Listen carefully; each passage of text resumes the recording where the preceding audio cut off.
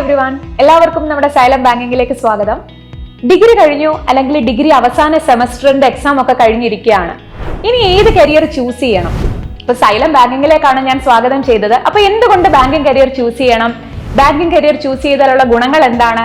ഞങ്ങൾക്ക് ഏതൊക്കെ എക്സാംസ് എഴുതാൻ പറ്റും? ഇങ്ങനെ കുറെ അധികം കൺസേൺസ് നിങ്ങളുടെ മുന്നിൽ ഉണ്ടായിരിക്കും. അപ്പൊ കംപ്ലീറ്റ് ബാങ്ക് എക്സാംസിന്റെ ഡീറ്റെയിൽസ് ഒന്ന് നോക്കിയാലോ.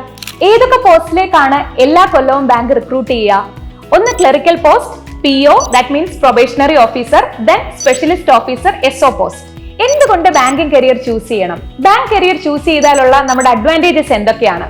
അതിൽ ഏറ്റവും അട്രാക്റ്റീവ് ആയിട്ട് നമുക്ക് പറയാൻ പറ്റുന്നത് ഒറ്റ സിലബസും ഒരുപാട് പരീക്ഷകളുമാണ്. ഒരൊറ്റ സിലബസ് പഠിച്ചുകൊണ്ട് തന്നെ ഒരുപാട് പരീക്ഷകൾ ഒരു വർഷം വരുന്നത് നമുക്ക് അറ്റൻഡ് ചെയ്യാനായിട്ട് പറ്റും. ഇനി രണ്ടാമതായി നമ്മുടെ കംപ്ലീറ്റ് റിക്രൂട്ട്മെന്റ് പ്രോസസ് എന്ന് പറയുന്നത് വളരെ വേഗത്തിലാണ്. നമുക്ക് ക്ലർക്ക് ആകണമെങ്കിൽ 2 കടമ്പയാണ് കടക്കാനുള്ളത്. ഒന്നൊരു പ്രിലിംസ് എക്സാമും അതിനുശേഷമുള്ള മെയിൻസും.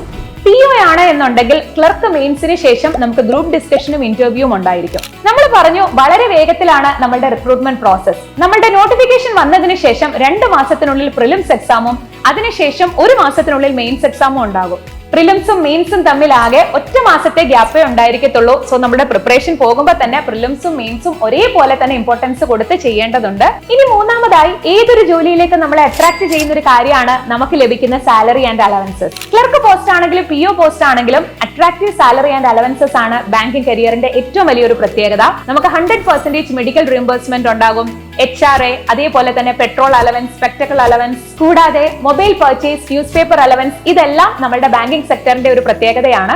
ഒരു വർഷം നമ്മളെ കാത്തിരിക്കുന്ന എക്സാംസ് ഏതൊക്കെയാണ്?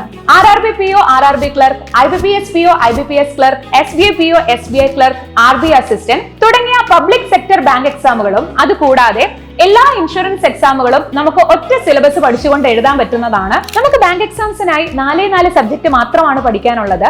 First one quantitative aptitude, simply നമ്മളുടെ maths, then reasoning ability, English, current affairs. Current affairs എന്നാൽ general awareness plus banking awareness ആണ്.